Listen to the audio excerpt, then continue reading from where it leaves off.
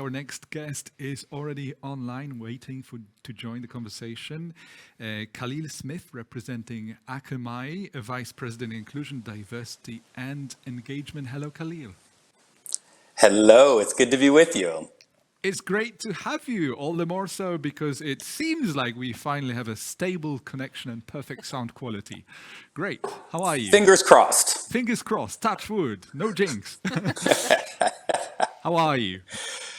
I'm doing very well. I had the fortune of catching the very end of your prior conversation and was just absolutely thrilled to hear some of the discussion and some of the challenges, right? The pushing back on some of these notions. I think so often we can get into a space where we're only diversity and inclusion professionals talking to other diversity and inclusion professionals. And we forget that some folks may have additional questions or maybe pushing back on some of the things that we start to take for granted. So I love that you all are challenging some of these notions and asking, difficult questions around, well, when does a goal become unattainable, or when is it, not the right thing to go after? I think those are the right things for us to be discussing, and I'm excited to talk about those through the lens of engagement, but also through the lens of everything you've been talking about. So I'm very much looking Wonderful. forward to this discussion. Wonderful, Khalil. We have only 12 minutes and we want to cover a lot of ground. I'm sure we'll have questions from the audience as well. Indeed. So let's start with the relationship between engagement and D&I. There clearly is one. How important is that? Well, and you say there clearly is one, but I don't know that so many people think of it that way. And so what we think about is very much inclusion, diversity, and engagement almost being the three parts of a triangle. You can have an inclusive and diverse organization that isn't engaged, right? Employees that enjoy being around one another or have a lot of what we might refer to as potential energy, but it's not being targeted at something. It's not actually achieving goals. And I think that's where this conversation around diversity and inclusion can fall down, is when leaders maybe think that, well, we're only talking about having teams of people that are different and people that enjoy working together. But really what we're talking about is deploying those teams to achieve goals on behalf of the organization. That's incredibly important. Anything else we could add to this engagement and D&I equation in terms of maybe a little bit of research background or some areas that you have studied deliberately to better understand this connection?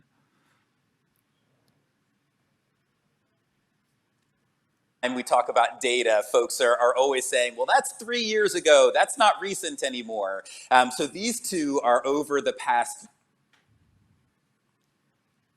Gallup, which is a world-renowned organization, does a lot of data, a lot of collection, looked at the connection between inclusion and engagement. And I'll take a quick look at some of my notes here. One is they asked a couple questions that I pulled out. One, that people, when they're able to positively answer this question around, do I feel at work, I feel comfortable being myself, that people that answer that question in the affirmative are 3.3 times more likely to be engaged at work as well. So again, that question, at work, I feel comfortable being myself, 3.3 times as likely to be engaged.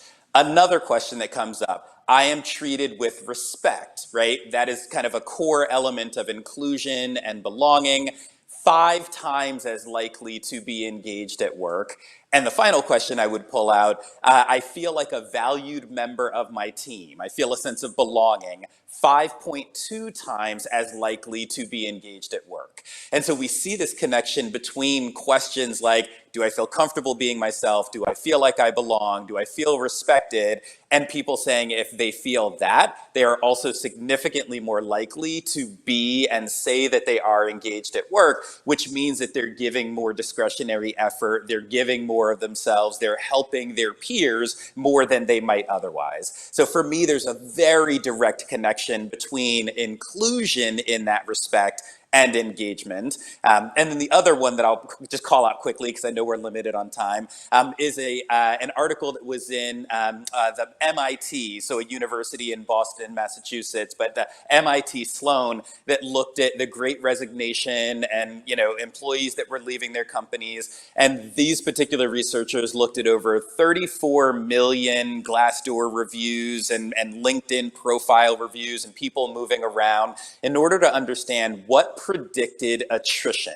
And so we tend to think about things like compensation. If I'm not paying my people enough, they're going to leave. But through the middle of the Great Resignation, what they found is that if people felt like their organization either was unethical, was disrespectful, or was not paying attention to diversity and inclusion, so those three were made what they kind of called toxic culture, that it was 10 times as likely to predict turnover or attrition.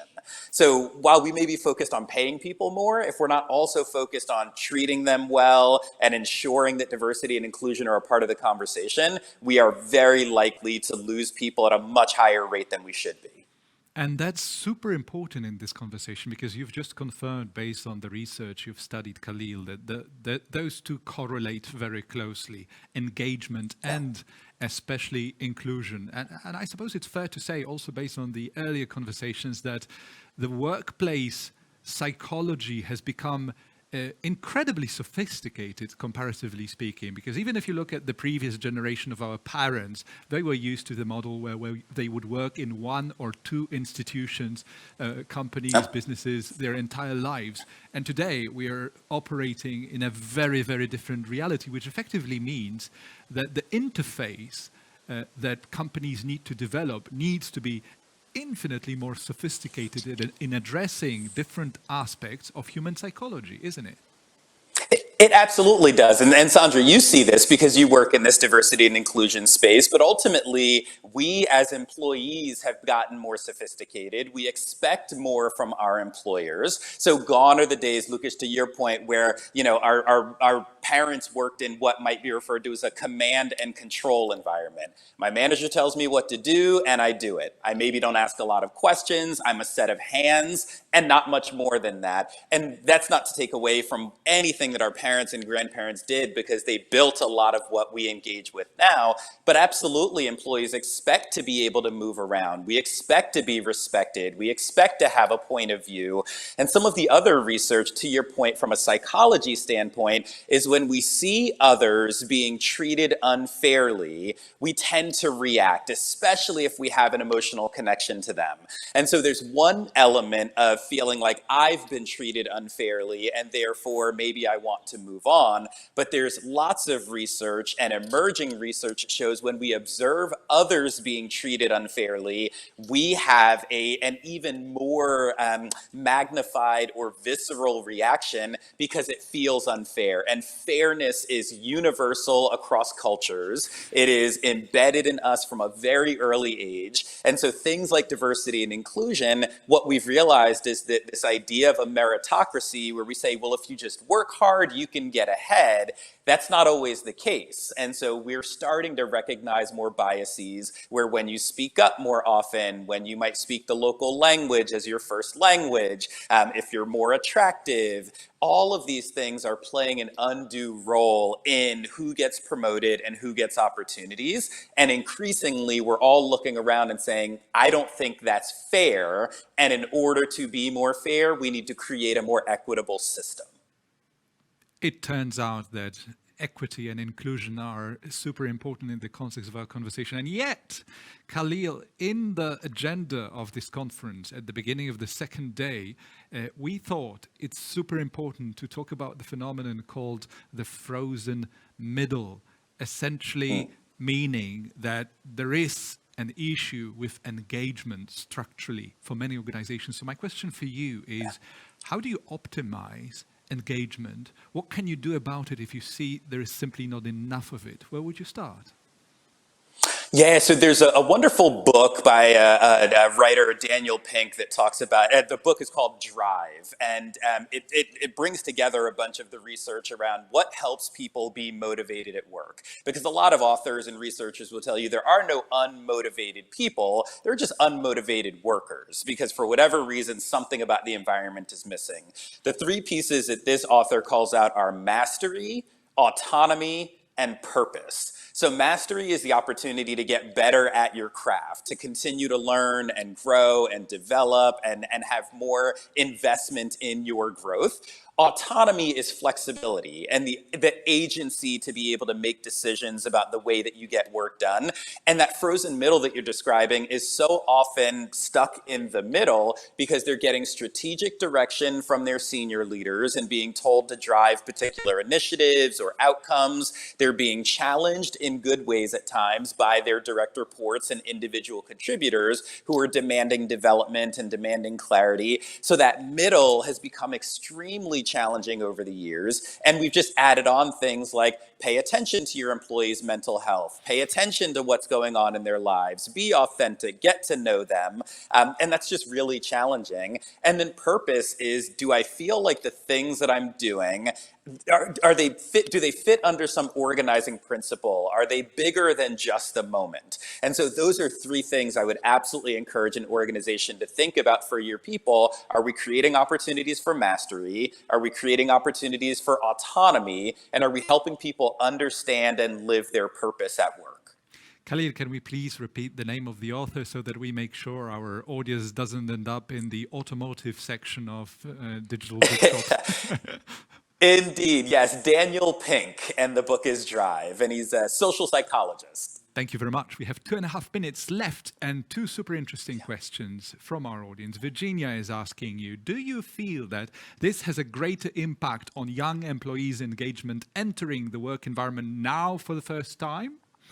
And the second question from Anna, have you encountered a situation where a dominant majority of staff tends to publicly show support for D&I because it is socially right, but in fact against the idea of diversity, an idea where to start the D&I revolution? So the first one, Virginia, and repeat Virginia's question for me. Do you feel that this has a greater impact on young employees' engagement entering the work environment now for the first time?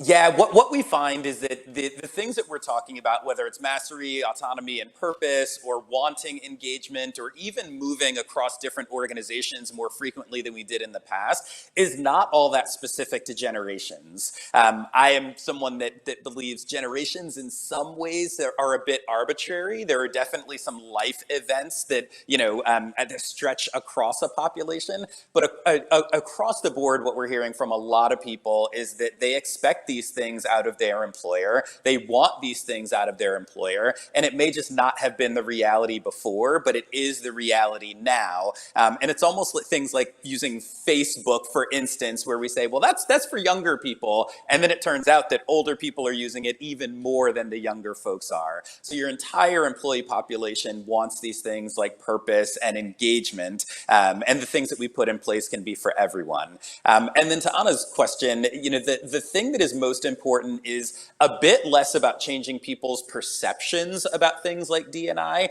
and more about changing the systems and the ways that you operate in your organization. And that goes to the end of the prior conversation you were having, which is if we change the way that we interview and hire, we don't need to say we're only going to hire a certain group or we're only going to fill this role with women. We're just changing the interview process to make it more fair for everyone, or changing the promotion process to make it more fair for everyone, and changing the criteria through which we view what does good look like, because so many of our criteria have been built on prior models of what leaders literally looked and talked and sounded like, and we need to change that in order to change our environment.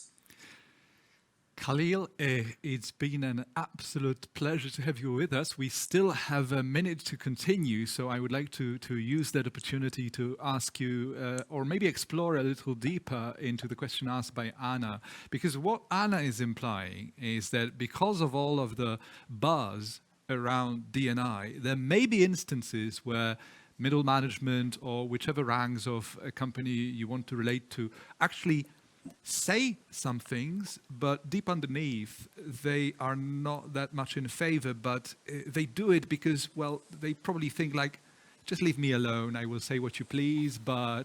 Or power of shame. Power of shame, for Or instance. I would even add like how in that context psychological safety in the workplace looks like if people are being afraid of stating their real feelings or opinions to fit in. Yeah, so it's a great question, and there's an article I wrote a while ago. This one I will point you towards. It's a Forbes article, and I wrote it. It's called "Don't Change Beliefs, Change Behaviors." And Lukash, I think this gets at what Anna's asking, which is I've worked with a lot of leaders in prior roles and in consulting that said, "Oh my gosh, I was raised by a single mother. I have a wonderful wife. I have 3 daughters. Of course, I want to create a more equitable environment for women." And then you look at their leadership team, and it's all men. And so the point is not what people say, it's what we do. And so the goal is not to have everyone say, I care about diversity and inclusion. It's to have them surround themselves with teams that represent that. And quite honestly, it's the same thing. I actually don't care how people use their finances at home. I care how they use the company's finances. And so what somebody believes outside of work may not be what we need them to do inside of work. And so in so many instances, I think we focus too much on what people believe versus building better interview processes, better promotion processes, better data, better insights that really drive the behaviors that we want. Because that's what we do in all parts of our life at work. We want a wonderful salesperson who can sell our products, not someone that negotiates their mortgage or their car payment. We don't care what they do at home. We want them to be safe. We want them to be great. But at work, we say, you need to be a salesperson. You need to be a chief financial officer. You need to be a great leader that builds great communities that are diverse and inclusive. But that also requires admitting that we all have biases, right? And accepting sure. it as a fact. Not trying to... The list of cognitive biases is a very long one, actually. But it is. It's over 250, and it's growing all the time. And Sandra, I think to your point, there's so much value in saying we all have those. And so just because I work in diversity and inclusion and spend my time there doesn't mean that when I interview someone, I'm not, more prone to like someone who went to the same school that I did or grew up in the same neighborhood that I did or looks like me or talks like me. And that's why this isn't about you and fixing you. This is about fixing our systems, because our systems will also help support me. And I love the idea of using behavioral science for the D&I work. We've just started exploring it with my colleagues and kind of limiting that power of inhibiting pressures and kind of boosting those promoting pressures to act in the way we would call inclusively. And I have to say that this time, for a change, Khalil, we are blessed by the fact that we have some issues connecting with the next speaker, which gives us a little extra time to talk to you. And I really need to congratulate Khalil, Sandra, now that I think about it, because whichever spontaneous question he faced from this studio, he either gave us a book recommendation, an article recommendation, or some kind of research background. Yet he still continued with agreement to us and what we're saying, which... Strangely enough. Say something provocative now, Łukasz. I should say something provocative. Come on, I've said enough provocative things for now. Khalil, anything you would add in the context of the past 3 years? Any major shifts you have seen? Any concerns in that area? Because essentially we started today with the distinction of D&I bringing more unity or division. Any observations from your experience? Yeah, Sandra had set this up in advance in a bit of a video she had sent to us to say, hey, I want to understand where you think some of this is going. And I think in a lot of ways, D&I is doing both. And so over the past few years, absolutely in the United States, but we've seen it across the world, the murder of George Floyd became a reckoning for a lot of companies and a lot of places in the world. We saw cricketers coming out and saying that they felt, colorism and racism. Football players, we see things on, the stage of the World Cup right now where folks are having questions about, well, your culture, supports this, my culture supports this, which of these is right? And that's a really challenging conversation to have. So as we become more global and more aligned, we start to see some of the cracks in the places where we say, well, you were raised this way, or your religion tells you this, or your culture tells you that. And we struggle with what's right because we want something to feel right. We want to be able to say, okay, this is the way we should all operate. And it's not going to be that simple. We have to have conversations. We have to educate one another. To Sandra's point, we have to recognize our biases and recognize that there's grace in those conversations. And I think the other thing, just really quickly, that's incredibly important to me is any time that we've seen periods of what some might call progress, we've also seen periods of backlash. And so whether those are refugees moving and people say, well, wonderful, come on in, we support you. And then after a couple months, it's, well, why are you still here? And then after a couple years, it's, well, you took the job I wanted. Or after slavery, people said, wow, wonderful, Black people in America are free now. And then all of a sudden we said, well, now we've got these Jim Crow laws, or now we've got, discrimination and racism. And so we will continue to see some of that, a bit of progress and a bit of backlash, and the cultural clashes that come along with that. And I think the more we can have open, honest conversations and learn to really listen and debate without being aggressive, and learn to really understand one another, the better off we will be. So D&I can either be a tool or a weapon. It can either be divisive or constructive. And I think we need to be deliberate about how we use our language and our time. The good news, Khalil, is that we probably have like 2 minutes left and 3 questions for you, because it turns out our audience is becoming ever more engaged in the conversation. So let's try. We'll put your memory to a test yet again. Anna is asking, is there a working model where D&I indicators are included in the financial incentive system? How effective is this? Question number 2 from Vincent. Can you change a behavior without changing the belief first? Interesting one, isn't it? I love that one. Yeah. Paulina, Yep. last but not least, how to create more inclusive organization culture for foreign employees in the situation of low percentage of hires from other countries because of security issues and arrangements with clients. Yep. So I cheated and I wrote some of these down. I would hope you so would. The second one I'll tackle quickly first. The one around, can you change behaviors without changing beliefs? Absolutely. So we've seen it through a lot of research that changing the laws of a country actually then start to change the beliefs of a country. So whether that is legalizing It's gay called marriage, enforcement also, isn't it? well, but to a degree, it is less of a, I do this now because I have to, and more that because it has now become socially acceptable, or this is the norm of the behavior, I've started to see that it's more okay. And so, we look at things like, in the US, we look at, Dr. Martin Luther King. He was extremely unpopular at the time that he was assassinated, and over the years became much more popular. Gay marriage was extremely unpopular when it was first legalized and became popular. Civil rights were extremely unpopular and became popular. And in the social science space, there's also some research that shows if you smile, it can change your demeanor. So you don't smile because you're happy. Sometimes you smile and it makes you happy. You are telling your body to be happy. So that's one thing.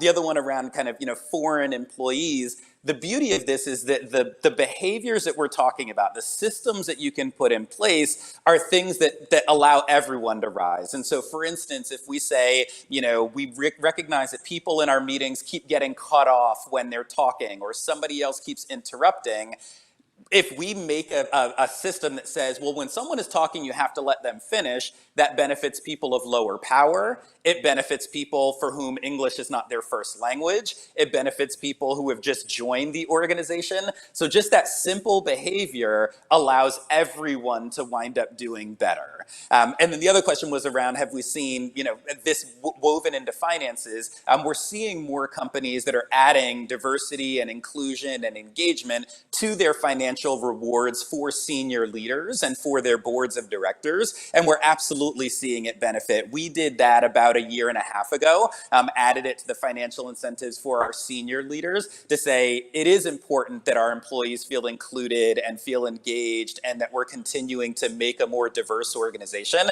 and we need every senior leader to be involved. So we compensate you for sales, we compensate you for finances, we compensate you for the overall performance of the organization, and there is an overwhelming amount of data that shows that diverse and inclusive organizations outperform. So this is important to the performance and our future and to making us a resilient organization, and you need to be connected to that. So companies like McDonald's have also done the same. And I think we have a next question that connects to my beloved question about behavioral change and mindset, because there's a question about blind hiring in the company, which can be a perfect example of how can we change just behaviors without changing mindset, right? And the question is about whether anyone in this group tried the blind hiring in the company. I can admit from my side we haven't. Yet we all know the study of the Philharmonics, I believe, in the one in the US. From your side, do you have some experience with blind hiring? So not at Akamai, but I did in the organization I worked with before this. It was a consulting organization, and we would work with a lot of companies to institute things like that. You know, part of the benefit is exactly what you say, Sandra. You know, we've seen the research that you know, just changing the name on a resume can have a 50% you know, variance in whether or not they get a call back to be able to come in. You know, there are some organizations that are just now starting to kind of really test how far can you take that, because the challenge is if you don't fix some of the biases or fix the systems, then you hire someone, but you haven't set them up for success internally. So hiring tends to be the place that we look and we say, well, if we can, you know, remove bias from the hiring process, we'll get people in. But we also see a lot of companies that I would argue look a bit like a pyramid, where they have a lot of representation and diversity in the lower levels of their organization, and it gets fewer and fewer as you go up to their kind of C-level executives. And what that says is, well, we're doing a decent job of bringing people in, but we're not retaining them or developing them or promoting them. So what we really need to be looking at is the entire employee life cycle, because that goes right back to what we're talking about in terms of engagement. Because if you hire me, but you don't value me, I'm going to leave. My mother would always say, when I first started kind of leading people, she said, if you don't treat people well, they will quit and leave, or they will quit and stay. And I think that as the recession and inflationary pressures become more kind of challenging, we've gone from the Great Recession, where people would just quit and leave because they could do that, to a place now where they may not have as many opportunities, but all that means is that some people will quit and stay. They'll say, I realize I'm not valued, I realize I don't have a voice here, so I will just take a step back, which is the exact opposite of the engagement that we've been discussing. Khalil, every time you thought that the last question was going to be the last question, I'm sure you're aware by now, was wishful thinking on your part. But this I love these questions. Keep them coming. I cleared my calendar. This really was the last question. Even though we have more questions coming in the chat window, we really have exceeded the time allocated for this session. But let us just say it's been an absolute pleasure to have you with us. And just tell us, what time did you have to wake up to join us live today? So it started at about 5:45 a.m. my time, but I'll be honest, I was so excited for this. I went to bed early and I was up at about 3 a.m. And so I got some other things out of the way, but I was so excited for this conversation. We're so grateful for that. All the more reason to be grateful. Khalil Smith, Akamai, Vice President, Inclusion, Diversity and Engagement. Thank you so much. Indeed. Thank you so much. Good to see you all. Enjoy the conference. All the best.